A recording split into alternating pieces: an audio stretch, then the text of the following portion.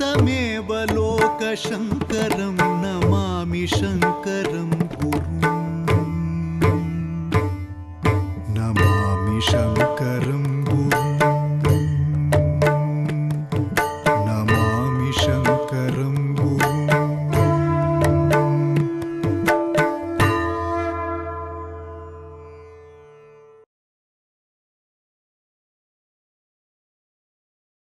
जय जय चिन्मुद्रकरे जय जय शृङ्गाद्रिविहरणव्यग्रे जय जय पद्मजजाये जय जय जगदम्ब शारदे सदये सदाशिवसमारम्भां शङ्कराचार्यमध्यमाम् अस्मदाचार्यपर्यन्तां वन्दे गुरुपरम्पराम्। ఉభయ జగద్గురువుల పాదపద్మములకు సభక్తి శ్రద్ధంగా సాష్టాంగ ప్రణామాలను సమర్పించుకుంటూ క్రితం సంచికలో క్షేత్రం అంటే ఏమిటి, తీర్థం అంటే ఏమిటి, ఆ క్షేత్ర లక్షణాలు తీర్థ లక్షణాలు రెండు శృంగేరిలో ఎలా ఉన్నాయి, శృంగేరి క్షేత్రంలో మనకు ఎలా గోచరమవుతున్నాయి అనే విషయాన్ని మనం చెప్పుకున్నాము. ఈ సంచికలో మనం మరొక విషయాన్ని చెప్పుకోబోతున్నాము. ఈ క్షేత్రానికి, ఈ శృంగేరి క్షేత్రానికి ఇంత పవిత్రత సంక్రమించడానికి ఎన్నో కారణాలున్నాయి. దానికి మనం చెప్పుకున్నట్లుగా తుంగానది, ఋష్యశృంగ మహర్షి తపస్సు, శారదాదేవి సాన్నిధ్యము మొదలైనవితో పాటు ఇక్కడ ఒక గురు పరంపర విరాజిల్లడము అనేది అత్యంత విశేషమైనది. ఇక్కడ ఈ శృంగేరి క్షేత్రంలో ఉన్న గురు పరంపర బహుశः మనకెక్కడా దొరక్కపోవచ్చు. మనం అందుకనే చెప్తాము అనాద్యవిచ్ఛిన్న శ్రీ శంకరాచార్య గురు పరంపర ప్రాప్త అని. భగవత్పాదుల నుండి నేటి వరకు అవిచ్ఛిన్నమైన గురు పరంపర ఈ శృంగేరి క్షేత్రంలో తప్ప ఈ భూప్రపంచంలో మరొక చోట మనకి కానరాదు. కాబట్టి అట్లాంటి గొప్ప గురు పరంపర, అట్లాంటి మహనీయమైన గురు పరంపర కలగడం చేత, ఈ క్షేత్రంలో వెలయడం చేత ఈ శృంగేరి క్షేత్రము దాని యొక్క సహజమైన పవిత్రతకి ఇంకొంత పవిత్రతను చేకూర్చుకున్నది. ఈ గురు పరంపర అంటే ఏమిటి, ఈ గురు పరంపరను తెలుసుకోవాల్సిన అవసరం ఏమిటి అనే విషయాన్ని మనం చర్చించుకుంటే, ఈ గురు పరంపరను తెలుసుకోవడం వల్ల ఎంతో ప్రయోజనం ఉంది అనే విషయాన్ని పురాణాలు మనకు చెప్తున్నాయి. సూత సంహితలో శక్తిరస్య మహతీ విజృంభతే ఏన దేశిక పరంపరాధృత మోక్షసిద్ధిరపి చాస్తి సద్గురో సాధువంశ పరవర్ణనేనహి అని ఒక శ్లోకాన్ని చెప్పున్నారు. దీనికి అర్థం ఏమిటంటే, ఒక సాధకుడికి గొప్ప శక్తి కలుగుతుంది. శక్తిరస్య మహతీ విజృంభతే, ఆ సాధకుడికి ఉన్న శక్తి పెరుగుతుంది. ఏం చేస్తే అని చెప్పంటే, ఏన దేశిక పరంపర ధృత, ఆ గురు పరంపరని నిలబెట్టిన వాడికి, గురు పరంపరను తెలుసుకున్న వాడికి ఒక రకమైన ఆధ్యాత్మిక శక్తి, ఒక విధమైన అంతఃశక్తి వృద్ధి చెందుతుంది. అలాగే మోక్ష సిద్ధిరపి చాస్తి సద్గురో సాధువంశ పరవర్ణనేనహి, గురు వంశము, ఈ గురు వంశం అంటే కూడా గురు పరంపరనే. ఎందుకంటే మనకు వ్యాకరణంలో కూడా కనపడుతుంది ఒక మాట, వంశో ద్విధ విద్యయా జన్మనాచ అని చెప్పి ఒక మాట ఉంది. వంశం అంటే అది మనకి పుత్రపౌత్రాది సంతానం ద్వారా విస్తరించే వంశం ఒక్కటే కాదు, విద్యావంశం కూడా వంశమే. అందుకని మనకి ఒక ఉదాహరణ ఇస్తారు దీనికి, త్రిముని వ్యాకరణం అని చెప్పి. త్రిముని వ్యాకరణం అంటే ఆ పతంజలి, భాష్యకారుడైన పతంజలి, వాక్యకారుడైన వరరుచి, ఈ ముగ్గురు మహర్షులు కలిగినది వ్యాకరణము, ఇది విద్యావంశము అని చెప్పి అక్కడ మనకి సూత్రం చెప్తుంది. అందుకనే త్రిముని వ్యాకరణం అనే ప్రయోగం మనకి కనపడుతుంది. కాబట్టి ఈ గురు పరంపర కూడా ఒక గురు వంశం అనే చెప్పుకోవాలి. కాబట్టి అట్లాంటి గురు వంశాన్ని తెలుసుకోవడం వల్ల మోక్షసిద్ధి కూడా కలదు. ఎందుకు అని చెప్పంటే, గురు తత్వాన్ని తెలుసుకుంటే తప్ప సరి అయిన గురువుని ఆశ్రయించడం కుదరదు. అట్లాంటి సరి అయిన గురువుని ఆశ్రయిస్తే తప్ప ఆత్మజ్ఞానం అనేది కలగదు. అదే మనకి వేదం కూడా చెప్తుంది, ఉపనిషత్తు కూడా చెబుతుంది, పరీక్షలోకాన్ కర్మచితాన్ బ్రాహ్మణో నిర్వేదమాయాన్ నాస్త్యకృత కృతేన తద్విజ్ఞానార్థం స గురుమేవాభిగచ్చేత్ సమిత్పాణి శ్రోత్రియం బ్రహ్మనిష్టం అని చెప్పి ఒక మంత్రం మనకి ముండకోపనిషత్తులో కనపడుతుంది. లోకాన్ కర్మచితాన్ పరీక్ష్య, కర్మ వల్ల ఏర్పడిన ఈ లోకాలను, ఈ ఈ లౌకికమైన ప్రపంచాన్ని చూసి బ్రాహ్మణ నిర్వేదమాయాత్, బ్రహ్మాన్ని తెలుసుకోకోరినవాడు, పరతత్వాన్ని సాక్షాత్కరింపదలచినవాడు నిర్వేదాన్ని పొందాలి. అంటే ఈ బాహ్య ప్రపంచం యందు వైరాగ్యాన్ని పొందాలి ఎందుకు అంటే నాస్త్యకృత కృతేన, అకృత అకృతకము నిత్యము అయిన బ్రహ్మ పదార్థము కృతేన జన్యములు అనిత్యములు అయిన లౌకిక పదార్థముల వల్ల పొందడానికి వీలు కాదు. నిత్యమైన బ్రహ్మ పదార్థము అకృతకం కావడం వల్ల నిత్యమైన ఆ బ్రహ్మ పదార్థము కృతకములు అనిత్యములు అయిన లౌకిక పదార్థముల చేత పొందడానికి అలవి కాదు అనే విషయాన్ని గుర్తించి ఆ ఆత్మని పొందడానికి అనుపకారి అయిన ఈ లౌకిక ప్రపంచం యందు వైరాగ్యాన్ని చేసి ఆ పరతత్వాన్ని తెలుసుకోవడానికి గురుమేవాభిగచ్చేత్, గురువుని ఆశ్రయించి తీరాలి అనేది వేదం మనకి చెప్తూ ఉన్నమాట. ఎట్లాంటి గురువుని అంటే తద్విజ్ఞానార్థం, ఆ ఆత్మతత్వాన్ని తెలుసుకోవడానికి సగురుమేవాభిగచ్చేత్ సమిత్పాణి శ్రోత్రియం బ్రహ్మనిష్టం. ఇక్కడ మనకి వేదము గురు యొక్క లక్షణాలు 2 అని చెప్తోంది. శ్రోత్రియం బ్రహ్మనిష్టం, శ్రోత్రియత్వము ఒక లక్షణం గురువు యొక్క లక్షణము, అలాగే బ్రహ్మనిష్టత్వము అనేది గురువు యొక్క లక్షణం. ఈ 2 లక్షణాలు కలిగిన వాడే ఆత్మతత్వాన్ని ఉపదేశించడానికి సరి అయిన గురువు అవుతాడు. శ్రోత్రియత్వం అంటే అక్కడ భగవత్పాదుల భాష్యంలో రాస్తారు, శ్రోత్రియత్వం శృతి సంపన్నత్వం, బాగా చదువుకున్నవాడు, శాస్త్రాలని బాగా అధ్యయనం చేసి శాస్త్ర సారాన్ని ఎరిగినవాడు శ్రోత్రియుడు. అలాగే బ్రహ్మనిష్టం, బ్రహ్మయందు నిష్ఠ కలిగినవాడు, అంటే జ్ఞానాన్ని పొందడం వల్ల సకల కర్మలని సన్యసించి, అంటే అన్ని కర్మలని అతిక్రమించి, కర్మబంధాలను అతిక్రమించి కర్మని చేయాల్సిన అవసరమే లేకుండా ఆ జ్ఞాననిష్టలో ఉండేవాడే బ్రహ్మనిష్ఠుడు అని చెప్పి అనబడతాడు. బ్రహ్మణి నిష్ఠ అస్య అని. కాబట్టి అట్లాంటి గురువుని ఆశ్రయిస్తే కానీ సరియైన బ్రహ్మజ్ఞానం రాదు. కాబట్టి అట్లాంటి గురువుని ఆశ్రయిస్తే తప్ప ఆత్మజ్ఞానం అనేది కలగడము సుతరాం దుష్కరము. అలాగే మనకి ఇంకా విపులంగా వివేక చూడామణి గ్రంథంలో భగవత్పాదులు మరిన్ని గురులక్షణాలు చెప్పున్నారు, సవిస్తరంగా గురులక్షణాలు చెప్పున్నారు. శ్రోత్రియో వృజినో కామహతః యో బ్రహ్మవిత్తమః బ్రహ్మణ్యుపరత శాంతః నిరింధన ఇవానలః అహేతుక దయాసింధు బంధురానమతాం సతాం అని చెప్పి చెప్పున్నారు. ఇక్కడ ఇంకా విస్తరంగా గురువు లక్షణాలు చెప్పున్నాయి. వేదం 2 ముక్కలతో తేల్చేసింది. ఇక్కడ భగవత్పాదులు ఇంకొంత విస్తరంగా మనకు అర్థమయ్యేటట్టు చెప్తున్నారు. ముందు చెప్పింది శ్రోత్రియ.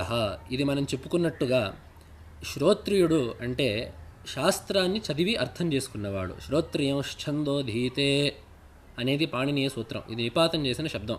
శ్రోత్రియన్ అనేది ఆ నకారం స్వరార్థము. శ్రోత్రియ శబ్దము ఎక్కడ వాడాలి అంటే ఛందోధీతే, వేదశాస్త్రాలను అధ్యయనం చేసిన వాడి యందు ఈ శ్రోత్రియ శబ్దాన్ని వాడాలి. అందుకనే ఈ శ్రోత్రియ శబ్దం చేత ఉపనిషత్తులను ఆకళింపు చేసుకున్నవాడు, ఉపనిషత్తులను చక్కగా అధ్యయనం చేసి అర్థం చేసుకున్నవాడు అని చెప్పి అర్థం. అదేవిధంగా అవృజిన, వృజినం అంటే పాపం, అవృజిన అంటే ఏమాత్రము పాపము లేనివాడు, మనస్సులో పాపము లేనివాడు, ఆచరణలయందు పాపము లేనివాడు, త్రికరణాలయందు మనోవాక్కాయములయందు పాపము లేనివాడు అవృజినుడు. ఆ అవృజినత్వం ఎలా సంక్రమిస్తుంది అంటే అకామహతః, ఉండకూడని కామం ఉంటేనే మనం పాపం అనుష్ఠిస్తాము. ఒక అయోగ్యమైన కామం ఉంటేనే దాన్ని తీర్చుకోవడానికి మనుష్యుడు పాపం అనేది చేస్తాడు. కాబట్టి అకామహతః, కామానికి లొంగనివాడు, కామాన్ని జయించినవాడు అని గురువు అయి ఉండాలి. ఆ కామాన్ని జయించిన వాడి గురువు ఉండాలి. కామాన్ని జయిస్తే అవిరుజనుడు అవుతాడు, ఆ పాపం లేనివాడు అవుతాడు. కామాన్ని జయించినవాడు ఎందుకయ్యాడు ఈ గురువు అని చెప్పంటే యో బ్రహ్మవిత్తమః, అతడు బ్రహ్మాన్ని తెలుసుకున్నవాడు కనుక అతనికి వేరే విషయాల యందు కామం అనేది పుట్టదు. ఎందుకు అని చెప్పంటే మనకి శాస్త్రంలో ఒక మాట చెప్పబడుతుంది, విషయా వినివర్తంతే నిరాహారస్య దేహినః రసవర్జం రసోప్యస్య పరందృష్ట్వా నివర్తతే అని. పరందృష్ట్వా నివర్తతే, బ్రహ్మాన్ని తెలిసిన వాడికి లౌకికమైన విషముల యందు రసము అంటే కోరిక అనేది ఉండదు. కాబట్టి బ్రహ్మవిత్తమః, ఆ సచ్చిదానంద స్వరూపమైన పరబ్రహ్మాన్ని అనుభవించడం వల్ల, ఆ నిరతిశయమైన ఆనందాన్ని అనుభవించిన వాడు కనుక ఆ బ్రహ్మజ్ఞాని వేరే విషయాల యందు కోరిక పెట్టుకోడు. వేరే విషయాల యందు కామము లేకపోవడం చేత అతడు పాపాన్ని కూడా చేయడు, పాపము మాట్లాడు, పాపాన్ని తలపడు. కాబట్టి శ్రోత్రియ అవృజిన అకామహత యో బ్రహ్మవిత్తమ. అదేవిధంగా బ్రహ్మణ్యుపరత శాంత. ఇది కూడా చాలా ముఖ్యమైన మాట. బ్రహ్మణ్యుపరత అంటే ఆ బ్రహ్మణి విలీన మనస్క అని చెప్పి అక్కడ వ్యాఖ్య రాశారు జగద్గురువులు. ఆ పరబ్రహ్మయందు మనోలయాన్ని పొందినవాడు, చిత్త ప్రవిలాపాన్ని పొందినవాడు బ్రహ్మణ్యుపరత అని. అంటే ఏమిటి? ఆ మనస్సు అంతర్ముఖమై ఆ బ్రహ్మచింతనలోనే నిమగ్నమై బాహ్య విషయాల పట్ల కూడా ప్రవర్తించదు. బాహ్య విషయాల పట్ల కోరిక ఉండడమే కాదు, బాహ్య విషయాల పట్ల ధ్యాస ఉండదు ఆ మనస్సుకి. కాబట్టి ఆ గురువు అనేవాడు ఎలా ఉంటాడంటే శాంతుడై ఉంటాడు. ఎలాగా అంటే నిరింధన ఇవానల, ఇంధనము లేని నిప్పు వలె అతడు అత్యంతం శాంతుడవుతాడు. మనం నిప్పులో, అగ్నిలో అప్పుడే ఒక ఆహుతి వేసినా, తైలం వేసినా కూడా ఆ నిప్పు ఒక్కసారిగా ప్రజ్వరిల్లుతుంది. అలా చేయనట్లయితే ఆ అగ్ని శాంతంగా మండుతూ ఉంటుంది. అదేవిధంగా ఈ బ్రహ్మజ్ఞాని కూడా బ్రహ్మంలోనే మనస్సుని లయం చేయడం చేత ఆ విషయాలు అనేవి అతనిలో ఏ వికారాన్ని కలిగించవు. అతను లోకంలోనే ఉంటాడు, లోకంలోనే జీవిస్తూ ఉంటాడు. మనకి కనపడేవి వినపడేవి అతనికి కనపడుతూ ఉంటాయి, వినపడుతూ ఉంటాయి. అయితే ఆ దృశ్యమానములు, శ్రూయమానములు, స్పృశ్యమానములు అయిన వస్తువులు, ఆ విషయాలు లౌకికులకి వికారాన్ని కలిగిస్తాయి, బ్రహ్మజ్ఞానికి వికారాన్ని కలిగించవు. అతని మనస్సు పరమాత్మయందు, ఆ బ్రహ్మ పదార్థం యందు లీనమై ఉంది కనుక. కాబట్టి బ్రహ్మణ్యుపరత శాంత నిరింధన ఇవానల. అయితే ఇట్లా ఉంటే సరిపోదు, మరొక లక్షణం కావాలి. అహేతుక దయాసింధు, అమితమైన వాత్సల్యం కలిగి ఉండాలి. ఎందుకు అంటే చాలామంది, కొంతమంది జ్ఞానులు ఉంటారు, వాళ్ళు ఏ హిమాలయాల్లోనో సిద్ధక్షేత్రాల్లోనో అంతర్ముఖులై ఎవరితో మాట్లాడకుండా, లౌకికమైన వ్యవహారం ఏమాత్రము చేయకుండా వాళ్ళ మటుకు వాళ్ళు తూష్ణీం నిశ్శబ్దంగా ఒక దగ్గర కూర్చొని ఉంటారు. వాళ్ళు బ్రహ్మజ్ఞానులే, కానీ వారు శిష్యులకి ఉపదేశం చేసేవారు కారు. కాబట్టి శిష్యులకి ఉపదేశం చేయాలంటే కరుణ అనేది కావాలి. ఆ కరుణ కూడా ఏదో ప్రత్యుపకారాన్ని అపేక్షించి, శిష్యుల ద్వారా ఒక ప్రయోజనాన్ని అపేక్షించి ఉండే కరుణ కాదు. అందుకనే అహేతుక దయాసింధు అని చెప్పి అన్నారు. అహేతుకమైన దయ, దానికి హేతు అనేది లేదు, కారణం అనేది లేదు. అందుకనే మనకు ఒక శ్లోకం చమత్కారంగా చెప్తూ ఉంటారు. బహవో గురవస్సంతి శిష్య విత్తాపహారకాః గురవో విరలాస్సంతి శిష్య హృత్తాపహారకాః అని. ఈ లోకంలో మేము గురువులము అని చెప్పుకుంటూ తిరిగే వాళ్ళు చాలామంది ఉన్నారు. వాళ్ళు శిష్యుల ద్వారా విత్తాన్ని హరిస్తారు, శిష్యుల యొక్క విత్తాన్ని హరిస్తారు. వారు శిష్యుల ద్వారా ప్రయోజనాలు పొందడానికి వాళ్ళు గురువులుగా తమని తాము ప్రకటించుకుంటారు, ఆ శిష్యుల విత్తాన్ని హరిస్తారు. కానీ అట్లాంటి వాళ్ళు యథార్థానికి గురువులు కారు, వాళ్ళు గురువులాగా ఆభాసిస్తూ ఉంటారు అంతే. కానీ గురవో విరలాస్సంతి, అట్లాంటి యథార్థమైన గురువులు తక్కువ.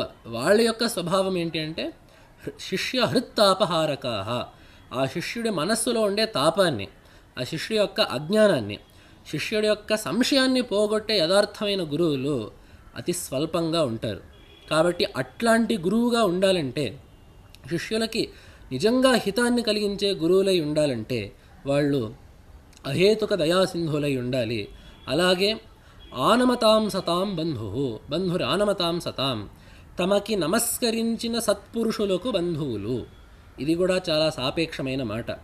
లోకానికి బంధువులు నిజమే, బ్రహ్మనిష్ఠులకి లోకమయందు అమితమైన సౌహార్దం ఉంటుంది వాళ్ళకి.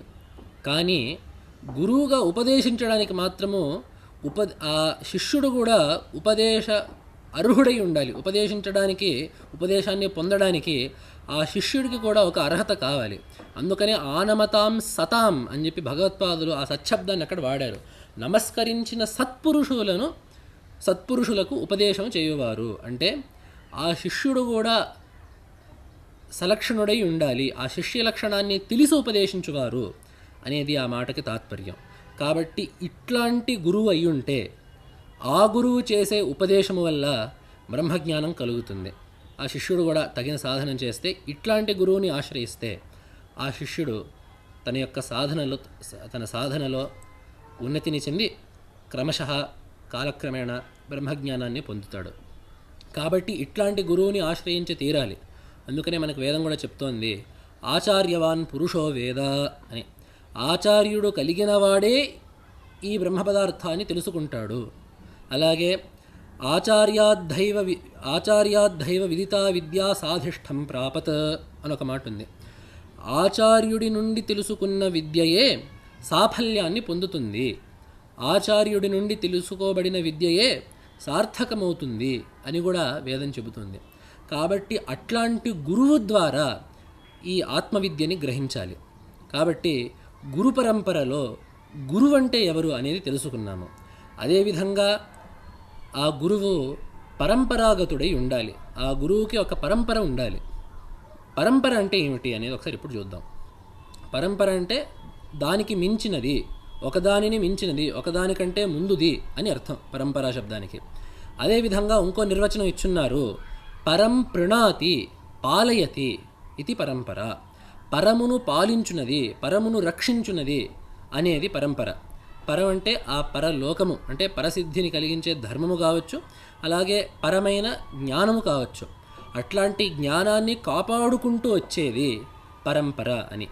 ఆ విద్యా పరంపరని రక్షించుకుంటూ దాన్ని గురువు నుండి శిష్యుడికి, మళ్ళీ ఆ శిష్యుడు గురువై మళ్ళీ అతని యొక్క శిష్యుడికి, ఈ రకమైన పరంపరగా జ్ఞానాన్ని రక్షించుకుంటూ వచ్చే ఆ గురువుల యొక్క వరుసనే మనం పరంపర అని చెప్పి అంటాము. దీనికే ఆ పరంపర చేసే ఉపదేశాలకి మరొక పేరు సంప్రదాయము. ఆ పరంపర అనేది ఆ గురువు మాలికకి పేరు. ఆ గురువు మాలిక నిలబెట్టే ధర్మాలకి, జ్ఞానానికి పేరే సంప్రదాయము. ఏ ఆచారాలైతే పరంపరాగతంగా వచ్చున్నాయో, ఏ ఉపదేశాలైతే పరంపరంగా వచ్చున్నాయో వాటినే మనము సంప్రదాయము అనే మాటతో పిలుస్తున్నాము. అయితే ఈ గురు పరంపర ఎక్కడ మొదలైంది అని చెప్పంటే, ఇది నిన్న మొన్న మొదలైన గురు పరంపర కాదు. మన యొక్క అద్వైత విద్యా పరంపర నిన్న మొన్నటి పురుషులతో మొదలైనది కాదు. కానీ అది సృష్ట్యాది నుండి, పరమాత్మ నుండి మొదలైన గురు పరంపరది. అందుకనే మనం అంటాము సదాశివ సమారంభాం లేదా నారాయణ సమారంభాం, శంకరాచార్య మధ్యమాం, కొంతమంది వ్యాస శంకర మధ్యమాం అని చెప్పి కూడా అంటారు. అస్మదాచార్య పర్యంతాం వందే గురు పరంపరాం అని. నాటి పరమశివుడు నారాయణుడు పరమాత్మ నుండి మొదలుపెట్టి మధ్యలో వ్యాస మహర్షి, భగవత్పాదులు వంటి మహనీయులతో అలరారి నేటి గురువుల వరకు ఉన్న ఈ గురు పరంపరకి నమస్కరిస్తున్నాము అని ఈ శ్లోకాన్ని చెప్పుకోవడము మనందరికీ పరిపాటి. కాబట్టి ఈ జ్ఞానం అనేది పరమాత్మతోనే మొదలైంది. అందుకనే మనకి ఉపనిషత్తులో కూడా ఒక మంత్రం కనపడుతుంది, యో బ్రహ్మాణం విదధాతి పూర్వం యో వై వేదాంశ్చ ప్రహిణోతి తస్మై తగుంహదేవమాత్మబుద్ధి ప్రసాదం ముముక్షుర్వై శరణమహం ప్రపద్యే అని. ఆ పరమాత్మ బ్రహ్మాణం విదధాతి పూర్వం, తన యొక్క సంకల్పం నుండి ఆ హిరణ్యగర్భుడు, ప్రథమజీవుడైన హిరణ్యగర్భుడిని, ఆ ప్రథమజీవుడిని పుట్టించి వేదాంశ్చ తస్మై ప్రహిణోతి, అతనికి వేదాలని బోధించాడు. అదే మనకి తేనే బ్రహ్మ హృదాయ ఆదికవయే, ఆదికవయే హిరణ్యగర్భాయ యహ హృదా బ్రహ్మ వేదం తేనే అనికి మనకి భాగవతంలో కూడా కనపడుతుంది. ఆ పరమాత్మ ఆ హిరణ్యగర్భుడిని సృజించి ఆ హిరణ్యగర్భుడికి తను ఆ ఉపనిషత్ సారాన్ని, వేదాలను అధ్యాపనం చేశాడు. అక్కడి నుండి మొదలుపెట్టి మనకు ఒక గురు పరంపర వస్తుంది. దాన్నే మనం విస్తారంగా చెప్పుకుంటాము. నారాయణం పద్మభువం వశిష్ఠం శక్తించ తత్పుత్ర పరాశరంచ వ్యాసం శుకం గౌడపదం మహాంతం గోవిందయోగీంద్రమథాస్య శిష్యం శ్రీశంకరాచార్యం అథాస్య పద్మపాదంచ హస్తామలకంచ శిష్యం తంతోటకం వార్తికకారం అన్యానస్మద్గురూన్ సంతతమానతోస్మి అని మనం విపులంగా చెప్పుకునే గురు పరంపర ఇది. నారాయణుడు పద్మభువుడు అయిన బ్రహ్మ, ఇక్కడ వరకు దైవ పరంపర, ఇక్కడి నుంచి ఋషి పరంపర. ఆ బ్రహ్మ యొక్క పుత్రుడు అయిన వశిష్ఠుడు, వశిష్ఠుడి పుత్రుడైన శక్తి, శక్తి సుతుడైన పరాశరుడు, పరాశర మహర్షి సుతుడైన వ్యాస మహర్షి, వ్యాస మహర్షి సుతుడైన శుక మహర్షి. ఇక్కడ వరకు పితృపుత్ర పరంపర, తండ్రి కొడుకులు వీళ్ళందరూ. ఈ పితృపుత్ర పారంపర్యంగానే ఈ విద్య కూడా వస్తుంది. ఇక్కడి నుంచి శుకమహర్షి బ్రహ్మచారి కాబట్టి ఇక్కడి నుంచి కేవల విద్యా పరంపరగానే వస్తుంది. ఆ శుకమహర్షి యొక్క శిష్యులు గౌడపాద మహర్షి, వారే మనకి మాండూక్యానికి కారికల్ని రాశారు. మాండూక్య కారికల్ని వారు విరచించారు. వారి యొక్క శిష్యులు గోవింద భగవత్పాదాచార్యులు, ఆదిశేషుల అవతారము అని ప్రసిద్ధులైన గోవింద భగవత్పాదాచార్యుల వారు, వారి శిష్యులైన పరమేశ్వరావతారులు జగద్గురు శ్రీమద్ ఆదిశంకర భగవత్పాదాచార్యులు, వారికి ముఖ్యంగా నలుగురు శిష్యులు పద్మపాద హస్తామలక సురేశ్వర తోటకాచార్యులు, వారి నుండి నేటి వరకు ప్రవహించిన మా గురువుల వరకు కూడా మేము గురు పరంపరకు నమస్కరిస్తున్నాము అనేది ఈ శ్లోకమాలిక యొక్క తాత్పర్యము. కాబట్టి అట్లాంటి గురు పరంపరకి చెందిన వారము, అట్లాంటి గురు పరంపర అవిచ్ఛిన్నంగా ఈ క్షేత్రంలో, ఈ శృంగేరి క్షేత్రంలో మనకి కలదు. మనము అనాద్య విచ్ఛిన్న శ్రీ శంకరాచార్య గురు పరంపర అని చెప్పి అంటాము, కానీ ఉట్టి శంకరాచార్య గురు పరంపర కాదు ఇది. అందుకనే మనము అనాది అని చెప్పి అంటున్నాము. సృష్టి ఆది నుండి పరమాత్మ నుండి వచ్చిన పరంపర ఇది. శంకరాచార్యులు ఈ పీఠాన్ని స్థాపించారు కాబట్టి ఇక్కడ శంకరాచార్య గురు పరంపర అని చెప్పుకుంటున్నాము. కానీ ఈ పరంపర భగవత్పాదులతో మొదలైనదైతే కాదు, ఇది అనాది అయినది. కాబట్టి భగవత్పాదులు ఇదే సంప్రదాయాన్ని ఈ భారతదేశంలో కాపాడుటకు, ఈ భారతదేశాన్ని ఒక యజ్ఞవాటిగా భావించి, యజ్ఞవాటికకు 4 ద్వారాలున్న విధంగా ఈ దేశం యొక్క నలుమూలల్లో 4 పీఠాల్ని స్థాపించారు.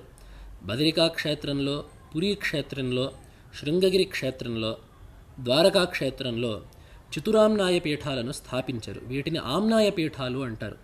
ఎలాగైతే వేదాలు 4 అలాగే ఈ 4 పీఠాలు ఈ దేశం యొక్క 4 దిక్కుల్లో ప్రతిష్ఠించారు.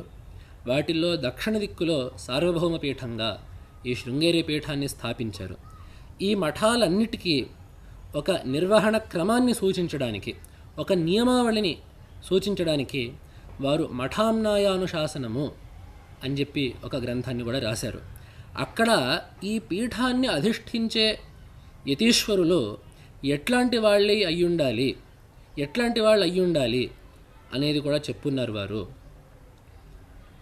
శుచిర్జితేంద్రియ వేదాంగాది విచక్షణ యోగజ్ఞ సర్వశాస్త్రజ్ఞ సమదాస్థానమర్హతి అని చెప్పి, అట్లాంటి యతి, అట్లాంటి సన్యాసి మదాస్థానం అర్హతి, నా స్థానంలో, నా ఈ పీఠంలో కూర్చోడానికి అర్హులు అట్లాంటి యతీశ్వరులు అని చెప్పి అన్నారు. ఎట్లాంటి వాళ్ళు అంటే శుచి, ముందు త్రికరణమైన శుద్ధి కలిగి ఉండాలి. అదే మనం మాతృత పితృత శుద్ధ అని చెప్పంటూ తల్లిదండ్రుల నుంచి జన్మించినది ఆదిగా నేటి వరకు వారు శుద్ధులై ఉండాలి, ఎటువంటి కల్మషము ఉండకూడదు. జితేంద్రియ, ఇంద్రియములను నిగ్రహించుకున్నవారు. అలాగే వేదాంగాది విచక్షణ, వేదములయందు వేదాంతములయందు, అలాగే 6 వేదాంగములయందు కూడా అశిక్ష కల్ప వ్యాకరణ నిరుక్త జ్యోతిష ఛందశాస్త్రములు అనే వేదాంగములయందు కూడా విచక్షణులై పండితులై ఉండాలి. అలాగే యోగజ్ఞ, యోగానుష్ఠాన పరులై ఉండాలి. అలాగే సర్వశాస్త్రజ్ఞ, వ్యాకరణము, తర్కము, మీమాంస, వేదాంతము మొదలైన ఈ శాస్త్రాలన్నిటిలో కూడా పరినిష్ఠితమైన పాండిత్యాన్ని కలిగి ఉండాలి. అటువంటి యతీశ్వరుడు నా స్థానంలో కూర్చోడానికి అర్హుడు అనే విషయాన్ని భగవత్పాదులు చెప్పారు. ఈ లక్షణాలను అక్షరశః పాలిస్తూ ఈ శృంగేరి జగద్గురు పరంపరలో వచ్చిన ప్రతి ఒక్క పరమహంస పరివ్రాజకాచార్యులు ఈ శ్లోకానికి నిదర్శనమై వస్తూ ఉన్నారు. అలాగే భగవత్పాదులు ఇంకో మాట కూడా చెప్పారు. అస్మత్పీఠ సమారూఢ పరివ్రాడుక్తలక్షణ సోహమేవేతి విజ్ఞేయ యస్య దేవ ఇతి శ్రుతే అని చెప్పారు. ఉక్తలక్షణ పరివ్రాట్, ఇప్పుడు నేను ఈ మఠామ్నాయ అనుశాసనంలో చెప్పిన లక్షణాలు కలిగిన పీఠాధిపతులు ఎవరైతే ఉంటారో వాళ్ళు సోహమేవేతి విజ్ఞేయ, వారు నా స్వరూపులే అని చెప్పి తెలుసుకోవాలి. అంటే సురేశ్వరాచార్యుల నుండి నేటి మహాసన్నిధానం వారు సన్నిధానం వరకు కూడా ఈ లక్షణాలు కలిగిన జగద్గురువులందరూ భగవత్పాదుల యొక్క స్వరూపములే అనే విషయాన్ని భగవత్పాదులే మనకు చెప్తున్నారు. ఎందుకు అంటే యస్య దేవ ఇతి శృతే అని చెప్పి అక్కడ పంచమ్యంతంగా అక్కడ హేతు వేశారు. యస్య దేవే పరాభక్తి యథాదేవే తథా గురౌ తస్యైతే అకథితాహ్యర్థాః లేదా తస్యైతే కథితాహ్యర్థాః ప్రకాశంతే మహాత్మనాం అని చెప్పి అన్నారు. అక్కడ ఎవరికైతే పరమాత్మయందు పరమేశ్వరుడు యందు అమితమైన భక్తి ఉంటుందో, పరమేశ్వరుడు యందు ఉన్న భక్తియే గురువు యందు కూడా ఎవరికైతే ఉంటుందో అటువంటి వాడికి చెప్పిన విషయాలు కథితాహ అర్థ అతని వాడికి బోధించిన విషయాలు ప్రకాశంతే చక్కగా మంచి వృద్ధిని పొందుతాయి, అతనికి చేసిన ఉపదేశము సార్థకమవుతుంది అని చెప్తున్నారు. అదేవిధంగా ఇంకో పదచ్ఛేదం కూడా చేస్తారు. తస్యైతే అకథితాహ్యర్థః గురువు అతనికి నోరు తెరిచి వాచ్యంగా ఒక విషయాన్ని చెప్పకపోయినా కూడా ఆ గురు ప్రసాదము చేత అతనికి చెప్పని విషయాలు కూడా స్ఫురిస్తాయి అనేది ఈ విషయం చెప్తోంది. కాబట్టి పరమాత్మయందు ఉండే భావనే గురువు యందు ఉండాలి. అలాగే ఆ గురు పరంపరలో కూడా ఒక్కొక్క గురువు యందు కూడా ఆ భావన ఉండాలి. కాబట్టి భగవత్పాదుల నుండి పరమేశ్వరుడి నుండి భగవత్పాదుల వరకు, భగవత్పాదుల నుండి నేటి జగద్గురువుల వరకు వచ్చిన పరంపర అందరూ కూడా పరమేశ్వరుడు యొక్క స్వరూపాలు, భగవత్పాదుల నుండి వచ్చిన జగద్గురువులందరూ కూడా భగవత్పాదుల యొక్క స్వరూపాలే అనే విషయాన్ని మనం గ్రహించాలి. అటువంటి తపస్సులు యోగమూర్తులు ఈ క్షేత్రంలో వారి యొక్క అనుష్ఠానాల్ని చేసుకుంటూ లోకహితాన్ని కోరి ఎన్నో పూజలను జపాదులను చేసుకుంటూ పర్వదినాలలో లోక కళ్యాణాన్ని కోరి దేవతార్చనలు చేస్తూ లోకానుగ్రహం చేస్తున్నారు. కాబట్టి అటువంటి జగద్గురువుల యొక్క సాన్నిధ్యం చేత, అటువంటి గురు పరంపర యొక్క సాన్నిధ్యం చేత ఈ శృంగేరి క్షేత్రము అత్యంత పవిత్రితమై అలరారుతున్నది.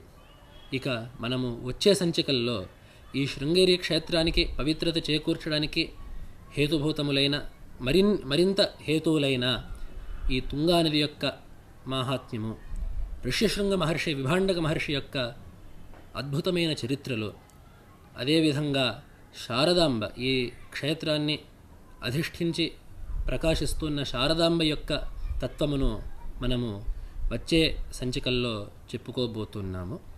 నమః శంకరాయ. నమామి